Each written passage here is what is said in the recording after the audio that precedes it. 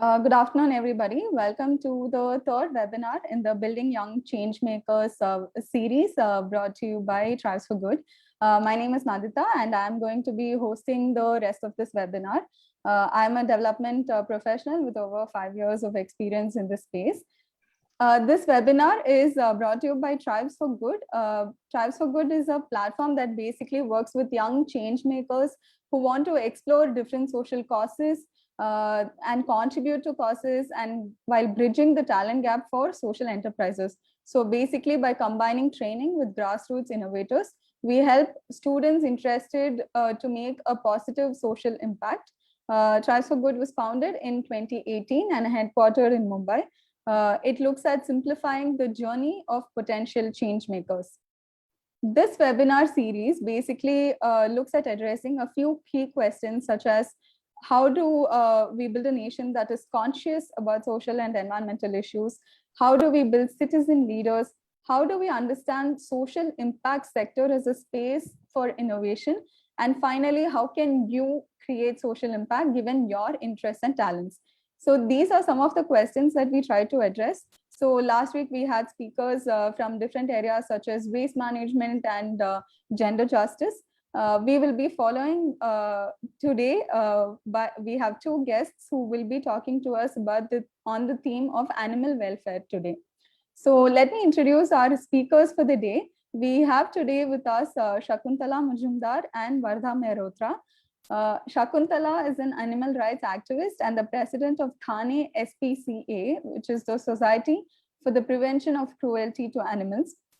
Having worked for alleviating the suffering of animals for more than 20 years, she is also the member of many statutory bodies to monitor animal welfare in the country. She has in-depth knowledge of animal welfare laws and was recently awarded the Nari Shakti Puraskar Award for a stellar contribution to animal protection. Thank you so much for joining this webinar and welcome, Shakuntala. Thank you. The second speaker for the day is Vardha Mehrotra, who is the Executive Director of Federation of Indian Animal Protection Organization, also called FIAPO. Under her leadership, FIAPO has been recognized as one of the most effective animal charities in the world. She has over 15 years of experience in the sector and is the architect of India's largest plant-based advocacy network called Living Free. She has trained hundreds of people on becoming more effective activists for animals. Welcome and thank you so much for being here today. Thanks, Nandita. So let me get started by asking both of you how you ended up working in the field of animal welfare. Okay. So I'm not going to go into a fairy tale story. I love animals. I was born into a family, luckily, fortunately, who love animals. And I naturally came into this field of animal welfare. So I started as an animal welfare person, which means there's a difference between animal welfare and animal rights. Animal welfare is providing ameliorative care for animals, and animal rights is providing looking after the laws and the rights that animals have in different countries. So I believe that animal welfare will become redundant once animal rights is established solidly. So yeah, I started as an animal welfare person. Started an animal hospital. We've got three ambulances, a full-fledged animal hospital, but we also have a pro bono legal team which looks after animal cruelties that are meted to animals, and we attend to such cases on a regular basis. Okay, that's lovely to hear. Vardha, can you share how you entered this space? Sure. So I think just luck. I was, I mean, again, I had a very supportive family from a very young age. People who cared about animals around me, and it was a value that of appreciating the natural world. I mean, I spent a lot of time in forests growing up in national parks in India, and it was always very obvious to me to work in the development sector. So I spent about 9 years in Scotland working in the development sector there. And then I decided to come back to India to work in the development sector here, specifically in the space of animal rights. And I started off as an animal rights person. That was, I mean, it was always an ideology based introduction that I had, and and it continues to be one of the most sort of central parts of my advocacy today. And one thing led to another, and it's always been like, I think like Shakuntala said, it's been a very natural sort of progression. And it's what you're called to do when you know that's what you truly love. That's lovely to hear. It's so nice to hear how, I think in some ways, both your journeys have been the same as to how you ended up in this space, right? That's interesting. I think Shakuntala sort of touched upon this, but I would still ask both of you to briefly tell us which areas of animal welfare or rights you work with, especially so we are now live, and this is mostly for young people who probably might not understand what the difference is between, say, welfare and rights, like Shakuntala was saying. So if you can just tell us what areas of animal care your organizations work with, both of you. So animal rights will include animal welfare, but animal welfare may or may not include animal rights. Animal welfare will be providing physical relief to animals, to any living being who is sick, diseased, injured, etc. And animal rights would be to provide them to recognize that they are sentient beings, that they have their rights, different rights in different countries, different levels of rights in different countries, and to provide them with that. And wherever we think that they should have more rights, to fight for that. So that would be the difference between animal welfare and animal rights. As far as I'm concerned, or my organization is concerned, we do a little bit of both. As I have already told you, that we run an animal hospital also, along with ambulances. We also have a team which looks into the cruelty aspects, which means that we try to recognize the rights and give it to them. And animals is a very cohesive word. So I would not just say stray animals or pet animals or domestic animals or wild animals. Wherever any animal needs relief, wherever any animal needs justice, we would like to work for them. But being humans and being a human-based organization, we all have our limitations. So we work within those limitations. Okay, lovely. And I think Vardha Fiapo works more on the rights side of this, right? If I'm correct. Well, we don't do any direct animal care, but we do a lot of, we are also concerned about the conditions that millions of animals currently in the farming system, for example, face, so we do a lot of movement building work. So we will help a lot of, like a lot of young change makers associated with Tribes for Good. We work with a lot of young change makers to help them transform their passion, their sort of feelings and ideas about animals to action. How can you get more active for animals? So we train them, we help them network. We also do this with organizations. So anybody, so we sort of like describe it as, we want to take the movement up in India. So if the movement is there for animals, we want to take it up there. And that includes a range of things. It includes capacity building, it includes training, it includes networking. So that's one part of our work. The other part of our work is to do with policy reform. So we also work with the government. We do a lot of undercover investigations. We document and we show the government what are the conditions. We show courts what are the conditions of animals in different institutions, whether it is farms, whether it is dairies, or or meat markets or circuses. So we do a lot of work and we engage with the government so that the conditions for those animals can improve. In the systems that they're currently in, while fighting for their rights to be liberated. We also do a lot of behavior change work. So we do a lot of education work. We reach out to people and talk to people through, through either individual outreach. So we have lots of activists who talk to people, or in colleges, or through mass media, using social media, billboards. So we do a lot of awareness and education work.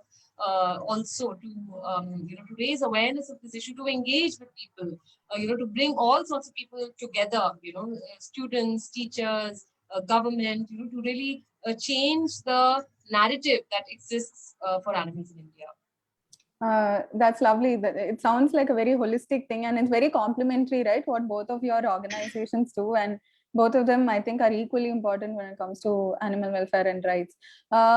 Having understood what your organizations majorly do, just a clarification that this is not an area that I have a lot of expertise in. So I think I'm going to ask you both a lot of questions.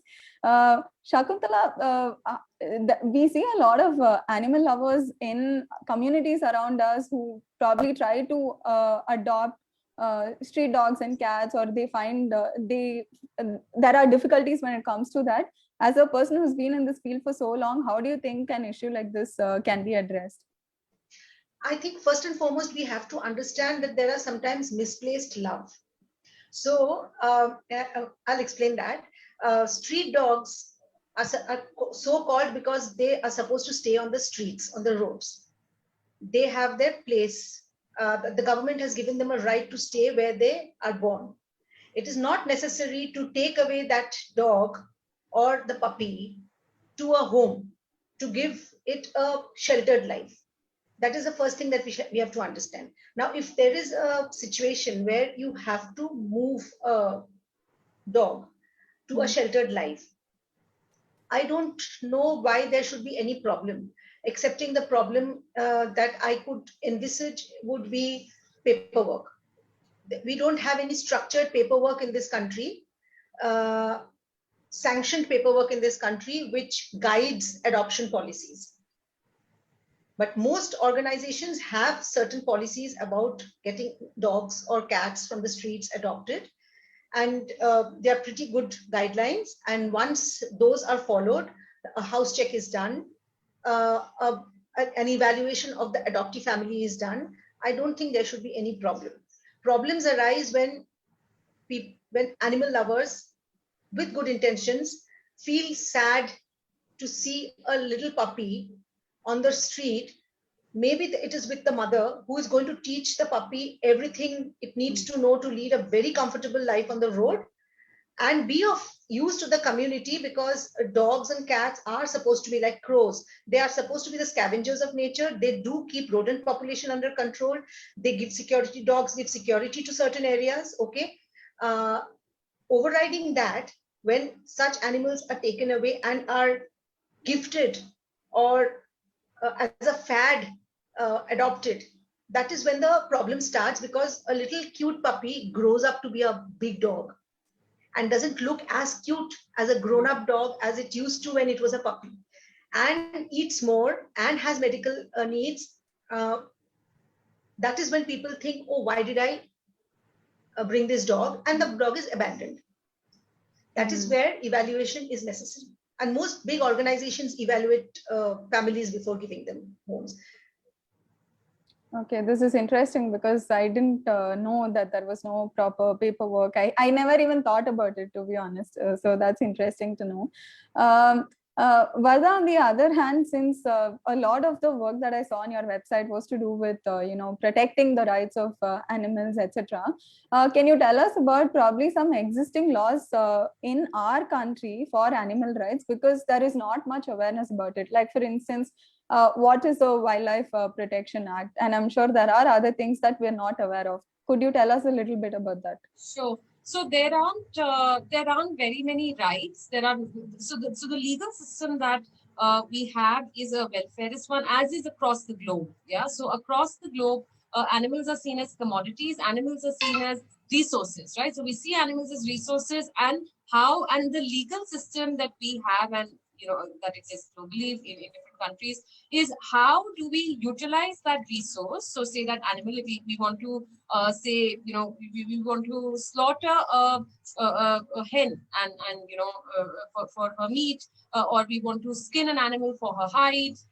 So the laws that exist in India, the Prevention of Cruelty to Animals Act and the Wildlife Protection Act, they basically govern in how do we do that? How do we do that to reduce suffering, to keep the welfare of the animal intact? Now, within that also, it needs a lot of improvements. Welfare is not completely protected, but it falls significantly short, because inherently, the second you start talking about the slaughterhouse rules, you're taking away the rights of the animals. You're taking away the intrinsic value of an animal. So the laws that we have in India are not rights-based. We have some judgments. So there was a, when with the Jallikattu, when the Supreme Court, the Nagaraja judgment on Jallikattu, when they first banned Jallikattu, there was a judgment which recognized the right to dignity, yeah, for an animal. So there are some judgments which have been very progressive. In Chhattisgarh, there was a case for an elephant where it was recognized that wildlife has the right to be left alone. So I mean, these are very vague. They haven't really been sort of translated into anything specific, into any action. So we're still, when it comes to law for animal rights, we are we are really in the early stages where we're still even having the conversation. What would it even mean? What would it mean? I mean, imagine if we say that every animal has intrinsic value, which is absolutely the fundamental belief that all of us actually have. I mean, I believe there are so many animal lovers in the country who really care about animals. But when it comes to our law, when it comes to our legal system, it all continues to be welfareist. There are very few judgments here and there that we get which are not very specific. So a lot of legal work actually needs to be done in this space to advance rights. Okay, so I think from what you're saying, what I understand is whatever happens is more when someone actually say files a petition or something against something, and then there is a judgment, but there is nothing which already tells you that these are the rights and this is what should be followed, something like that. Yeah, there are no rights. There are some laws that exist for which govern how can we use animals. So if you want to breed an animal, how do you breed an animal? There are conditions available for that. If you want to slaughter an animal, how do we slaughter an animal? If you want to transport an animal, if you want to load an animal, how many kids, all that is available.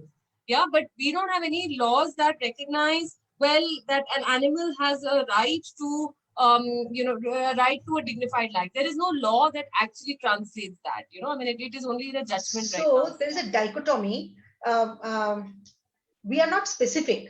The laws are not specific. So the law says that an animal cannot be chained on a very short leash. How short is the leash?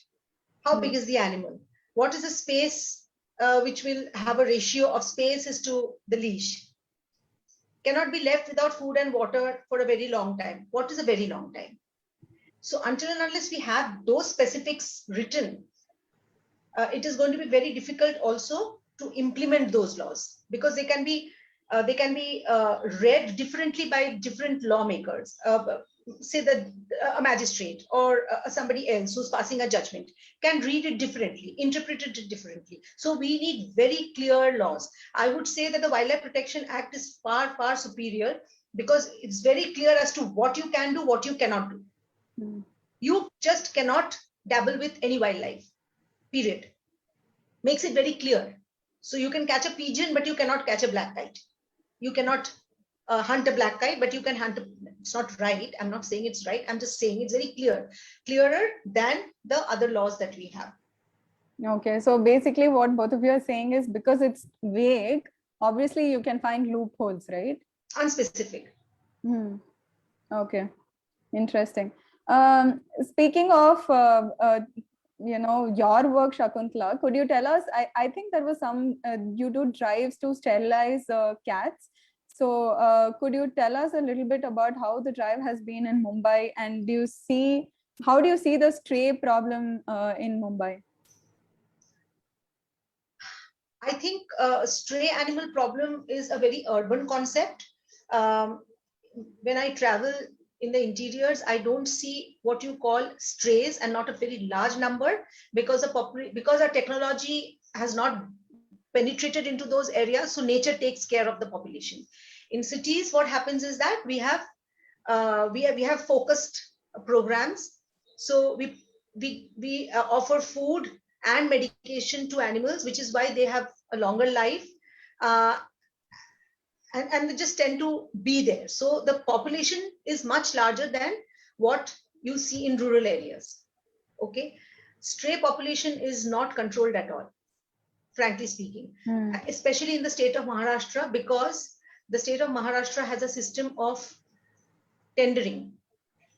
So tenders go out to organizations or contractors who have say a team of doctors, and the lowest tender gets the bid. Now, in a health sector, you cannot have the lowest tender getting a bid, because the lowest would mean the worst kind of service that will be meted out. Okay. That is why I think in Maharashtra, the ABC program has not been successful at all. Very, very rare places you will see where ABC has been implemented and you can really see radical changes. I'm sorry to interrupt, but can you tell us what the ABC program is? So, sorry. So the ABC program is the Animal Birth Control Program. In 2001, the central government put out a rule saying that all street dogs need to be sterilized. That is, a birth control operation should be done, surgery should be done, so that the population does not increase, stagnates, and then decreases over the years, and vaccinated before release. But with a city like Delhi or Bombay, where it's a labyrinth of lanes and by-lanes and sub-lanes and whatnot, where most of the street animal population are under the care of the poorer sections of the society, it is very difficult to catch dogs from all these areas successfully, to reach out to all these areas, bring them, sterilize them, and leave them back. Therefore, pardon?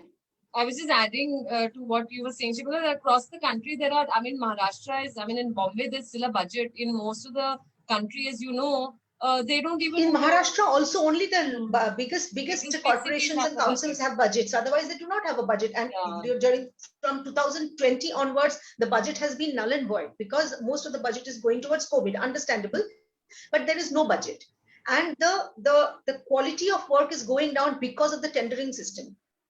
I have spoken to many people about this, but for some reason the tendering system seems to grease the palms of a lot of people. So it is very it's very good to have it around. Understood.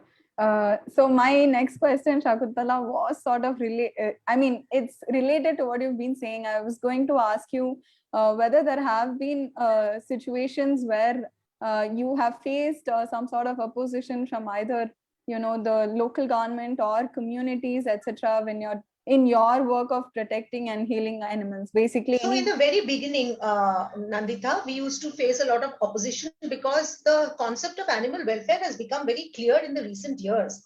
With the oncoming of social media and people being on social media, the concept of animal welfare has regained its glory. Okay, when we started off our work 30 years back, there was no social media. Okay, so we could not reach out to people. People were resistant. Animals, as Varda said, are still looked upon as animals for food, to be used, to be worn, whatever. So yes, we did face a lot of resistance in our activities in the beginning, but surprisingly, it was more out of ignorance.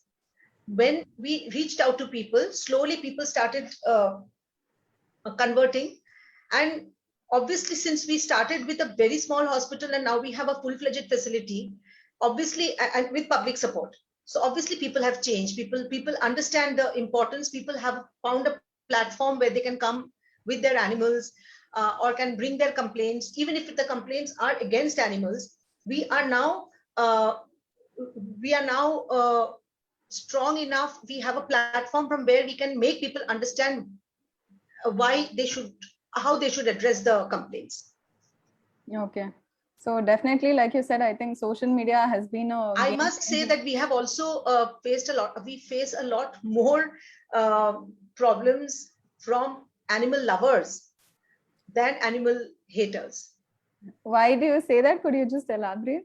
So because people, I understand it comes out of love, but people have to understand that every facility or every area of work has its own constraints and limitations.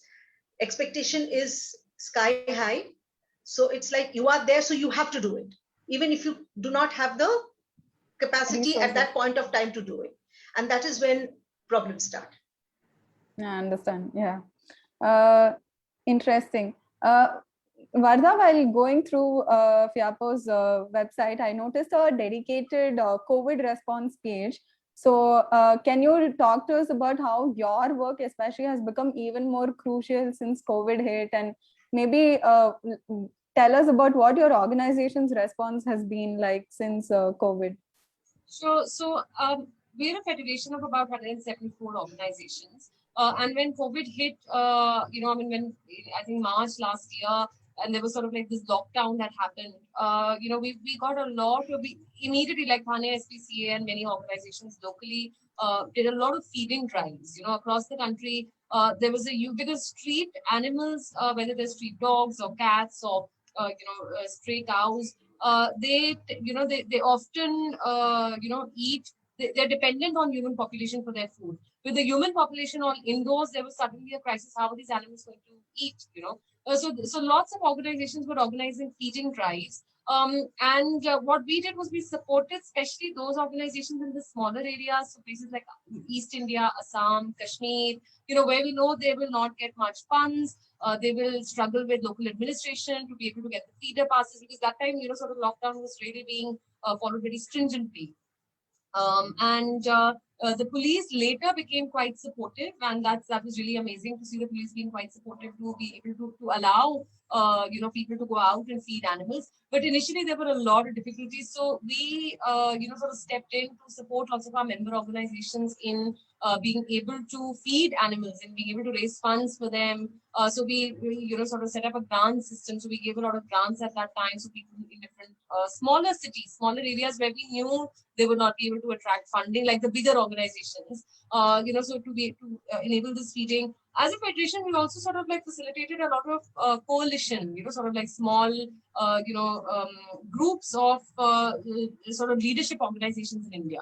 So all the leadership organizations, we did one for elephants because there was there was lots of concerns around that, and also generally on street animals.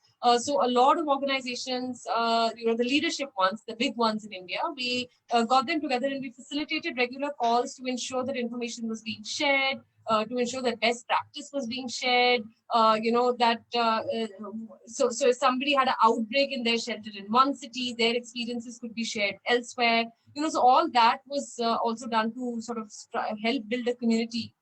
We also worked a lot with the government because this was, COVID really came because of our unhealthy relationship with nature, because of our unhealthy relationship with food. It came from the wet markets in China, and so we did a lot of engagement work with the government. We worked with the government to in Assam, for example. As a result of our work with them, they ordered a crackdown. They were facing also, along with COVID at that time, they also had a high degree of swine flu. So we worked with them, and they, there was a crackdown on all the meat shops in Assam to sort of, check this increasing, sort of not just COVID but also swine flu. With other state governments to, sort of really raise this issue that, we need to be thinking about how we have wet markets in India which are equally unhealthy, which are equally breeding ground for several diseases, and that we really need to focus on that. We had 100+ doctors, medical doctors, who we engaged with. We created a platform called Doctors for One Health, and 100+ doctors wrote to the Ministry of Health at that point in time to call upon the Ministry of Health to put a ban on meat markets, because we are facing such a crisis just now. And this crisis of COVID is really, and not just COVID, but so many pandemics, whether you talk about bird flu or swine flu, and they all come out of our relationship, the way that we are, we keep animals in such intensive conditions. We keep wild animals and, species that were never meant to be together. We put them in these cramped conditions. They're living in their own filth.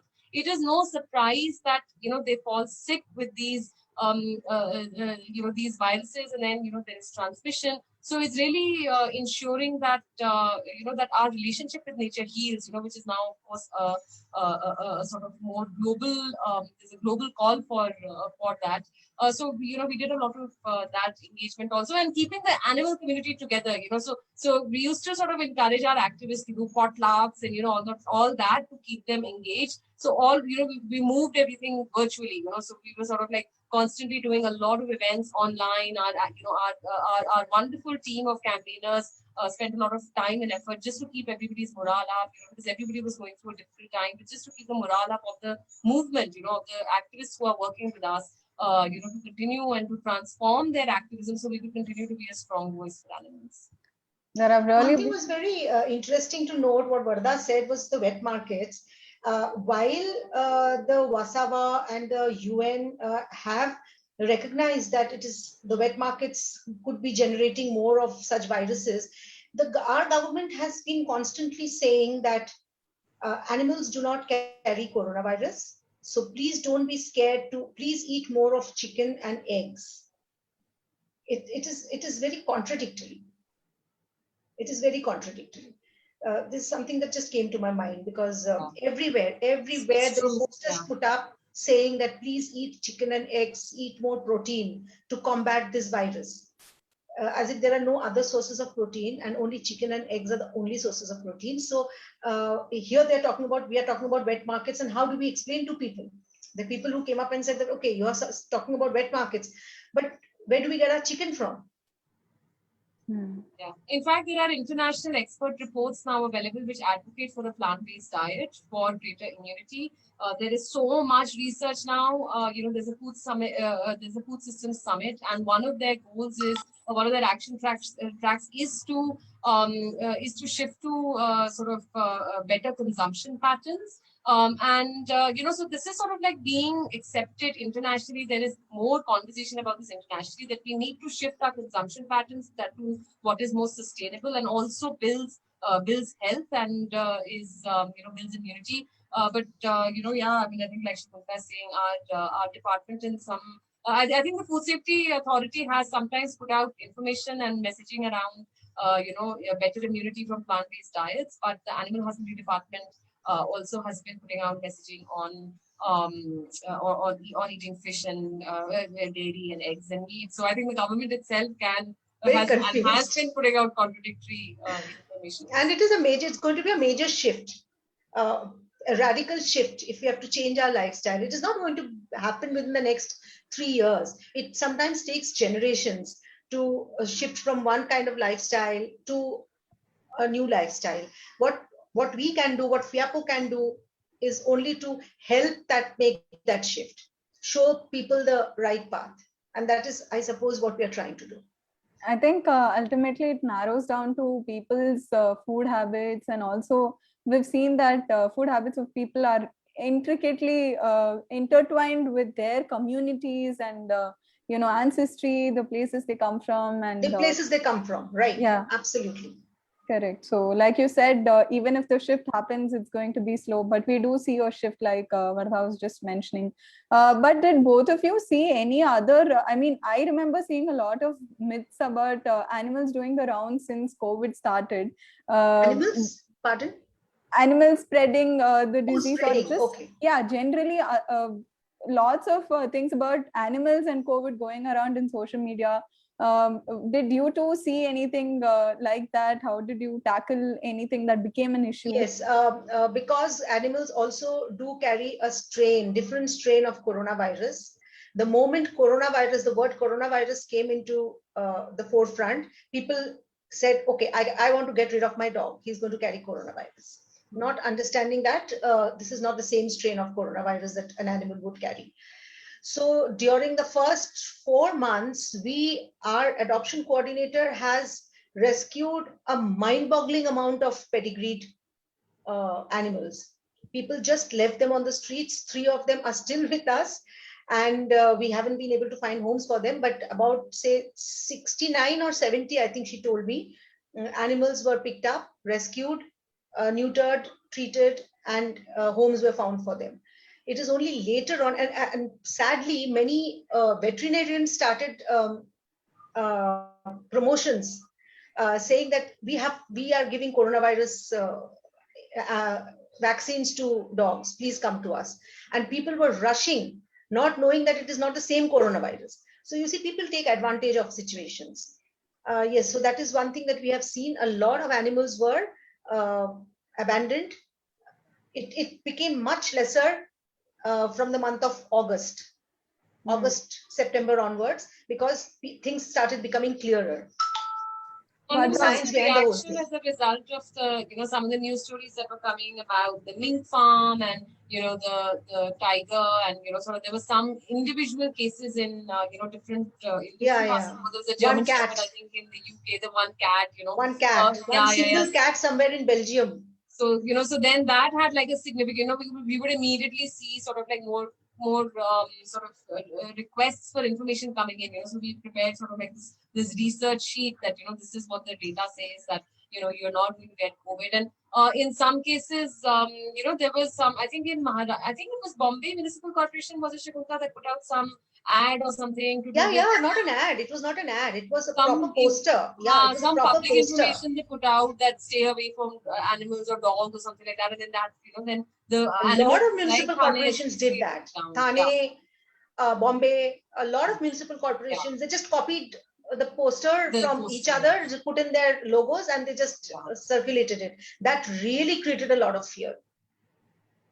But I think we have been able to contain them. Yeah. Now Now I think people are it's not behind scared you. at all. Yeah, it's almost been a year since this started. So I think things are slowly becoming better. Shakuntala, these days we know that at least in cities, most people these days live in gated communities or huge apartments. So how do you think animal lovers and people who dislike animals can sort of live harmoniously together? How can we find a balance? There are two ways. One is threat and the other one is awareness. When awareness does not help, we do hold a lot of meetings with at annual general body meetings. Of course, 2020 we didn't have any annual general body meetings, but it's been a practice for animal lovers to coordinate and ask us to come to annual general body meetings to give talks about animal laws and animal welfare. And surprisingly, a lot of fear is nullified at such meetings when we are face to face with people. If that doesn't work, the only thing that works is the existing laws, rules, advisories, and threats. Okay. Yeah, because I think there should be a balance and people should just live harmoniously, because individual houses as such are becoming lesser and lesser. At Here least again, I will point out that we need specifics. If there is a 200 square feet house where somebody has kept 50 animals, it's not done. Okay, so animal welfareists will take a different view of it. Animal activist rights people will say that no, it is not the welfare of animals at all. When they are, it's almost like a marketplace where so many animals are pushed. Standpoints, it's not acceptable. Even from a welfare not at standpoint, all. We are not a matured. We are not yet a matured community, I would say. And we need to become matured. We need to become adult and understand what is animal welfare, what are the different perspectives of animal welfare, and where to draw a line. And somebody has to go ahead and, again, file a petition or change that, turn it into law, and make it very clear as to what we should do, what we should keep, how we should keep them, pets at home or in a community.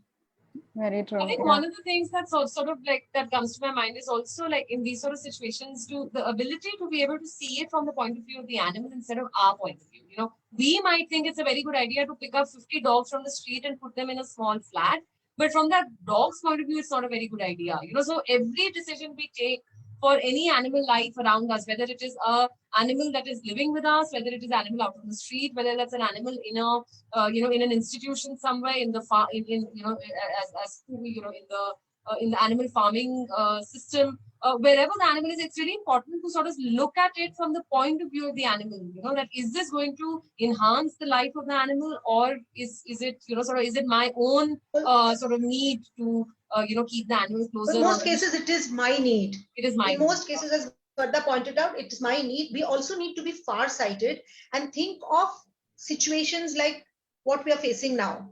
What if I'm not able to take care of the X number of animals that I have with me in a pandemic situation? And a lot of help that went out from different organizations to individuals was because of this. That in normal conditions, they were able to reach out to so many animals. They chose to reach out to so many animals, but under a stressful condition, they were not able to. and the animals were dependent.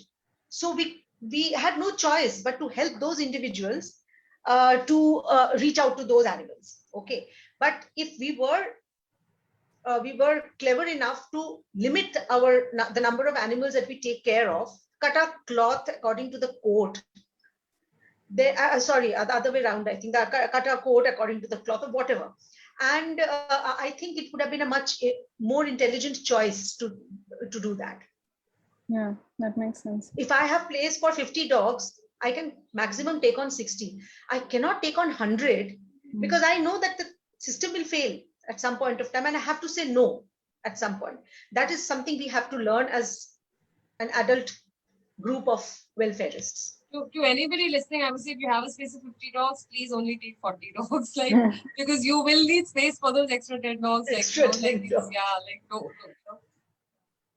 Vardha, speaking of what you were saying about the meat industry, I know that a major part of what your organization does is also addressing cruelty in the meat and fashion industry. So what do you think we can do as just individuals to help in reducing this animal cruelty, especially in these two industries? I think we can stop eating them, we can stop wearing them, we can stop consuming their secretions. I think that's like one of the most, I think that shift is one of the most significant things that we can do as individuals. And it's a very powerful thing. Like I think, we can sometimes feel like, oh, but I'm only just one person. So what if I don't eat meat or, consume milk or take an animal product or wear leather or fur or whatever it may be, wool, or silk.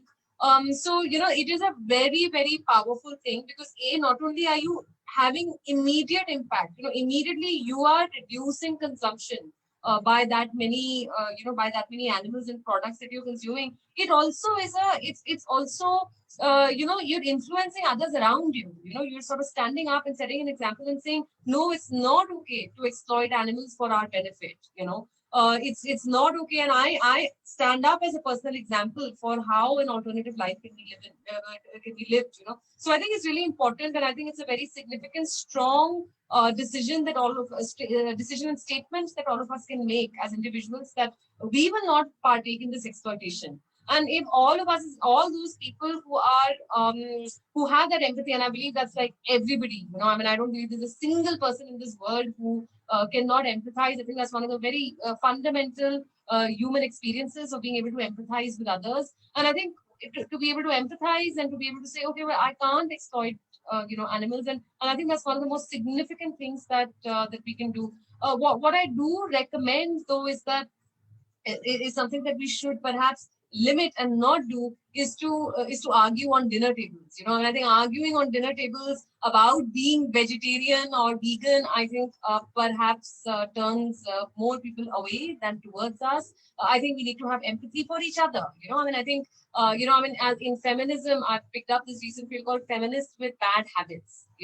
and sometimes we end up upholding the same systems that we are rejecting, that we are resisting. And I think similarly, we need to have that compassion, when we're sitting on a dinner table and we are, we believe, and we are we are the example, we are setting an example to be compassionate and to help others see that point instead of sort of getting into a confrontation. That's something I certainly strongly recommend. And I'll complete disclosure. Certainly when I started as an advocate, that was one of the things I have done for sure. I have many family members who will attest to how insufferable I was, but I wasn't able to convert a single person. The only people who later were influenced by my own personal journey were people who I never put any pressure on. So I think that's something very significant that we can do, to just live the life that we believe in. As a vegetarian, I completely attest to what you're saying about not arguing at the dinner table. That's something I never do as an adult. So we know that, like both of you also mentioned, right? The awareness on veganism is growing. Definitely, whether people are accepting it and changing their lifestyle or not, the awareness is raising. But how do you see the cruelty in the fashion industry, like you said? Do you think that is also changing, the awareness in the regarded relating to the fashion industry? Do you think that's changing? I think slowly. I think I think not as much because I think India also has sort of culturally we are more attuned to vegetarianism in the from the as food. We are it's sort of like from a so I think more people are naturally aware of consuming animals as food. Uh, the ethical issues around that. I think in terms of the fashion industry, I think there are more and more people, and the fact that there are more and more brands now that are producing ethical fashion, whether it is clothes, whether it is makeup, so there is more awareness, there is more of a market. More people are sort of like saying that okay, we don't want to wear leather, and it's not just sort of the more old school, people who are more motivated for vegetarianism from a religious point of view. But even the more sort of urban people who are making an ethical choice, who are ethical vegans or ethical vegetarians and are saying, well, we don't want to exploit animals. I want to wear a really smart, bag, but I don't want to kill an animal for it. So I think I don't think it's as much as in the food industry, but I think it's certainly growing more than it used to. I think India has never been fashionably cruel because the only thing that India wears that is cruel is silk. We don't use much of fur to wear because of the climatic conditions or whatever, or the culture. We don't use that much of fur. And off late, we have so many companies coming out with faux silk. And those companies are doing very well, which means somebody somewhere is buying them, which means somewhere the scales are changing, it's tipping towards but there are other things also that we use a lot, like in religious places, in temples where we use dholak, that uses the dholak uses the skin of an animal, and you have to use a skin of an animal. I've been told so. You cannot use something that is factory made. Okay. So these are small, very small percentage of non-vegetarian things that we use, not for consuming, but for use in other aspects of our life. So that percentage is very less. And as for food, of course, we are very attuned with the non-vegetarian, the vegetarian part of lifestyle. So before we, when we announced this, that we would be doing this live, we'd asked our followers if they had any questions. And one question we got, I think Shakuntala, maybe you could answer for our viewer. They'd asked, what is the future of Indian wild animals in the concrete jungle? You really don't want me to answer that because an answer is not going to be palatable at all. The way we are concretizing our cities, I don't see a very lucrative and happy ending for our urban wildlife. The number of wildlife that we are receiving at the hospital for ameliorative care is increasing by the day.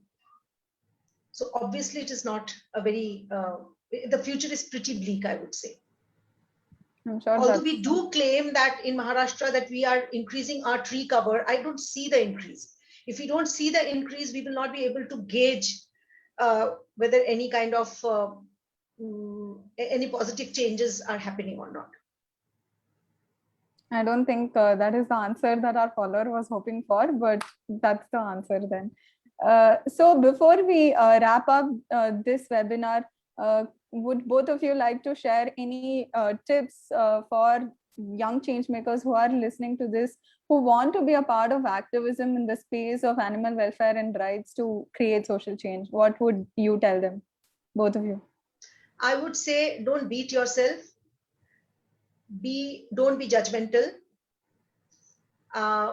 If you cannot make overnight changes, make gradual changes.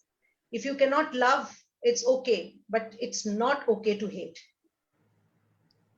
Wise words. Vardha, what would you share? I think anybody who has empathy towards animals and wants to get more active, I would suggest contact your local organization, jump in, don't wait for anything, just contact your local shelter or a national organization, contact anybody whose work you sort of find, you don't need to do a PhD into what they're doing, just anybody go in with a very open mind and an open heart. Don't go in judging that, oh, this dog should not have been kept here, and this thing is not being done right or whatever. Just go in. Everybody's trying their absolute best. We are bursting at the seams. The movement needs so many more people, so many more change makers to get involved, to get active, and to fix things that we know we want to do better, to do more for animals. So I would strongly suggest, please get in touch with your local organization today and contact them and offer your help, in being able to do more for animals. And then slowly, of course, once activism becomes clearer, what one wants to do and so on and so forth. But just dive in. Don't wait for anything. It's been so inspiring to hear both of your journeys. Like when I was going through what both your organizations do, there are so many things that you're doing, and these are things that many people probably think about, but they don't give it a second thought. So it's I know people in the social impact space don't like to hear that the work they are doing is selfless, but I think it is. So thank you so much, both of you, for joining us today. I learned a lot today. I hope those who are listening to us live did as well. So for those who are listening to us on the live, the last webinar for this month will be tomorrow on the theme of Tech for Good. We'll have Ms. Michelle D'Souza from Sneha joining us, so tune in. Thank you again, Shakuntala and Vardha. It was a pleasure talking to both of you. Thank you so much for having us. Thank you for having us. Thanks a lot. Take care. Thank you. Take care. Bye. Take care. Bye, Vardha. Bye.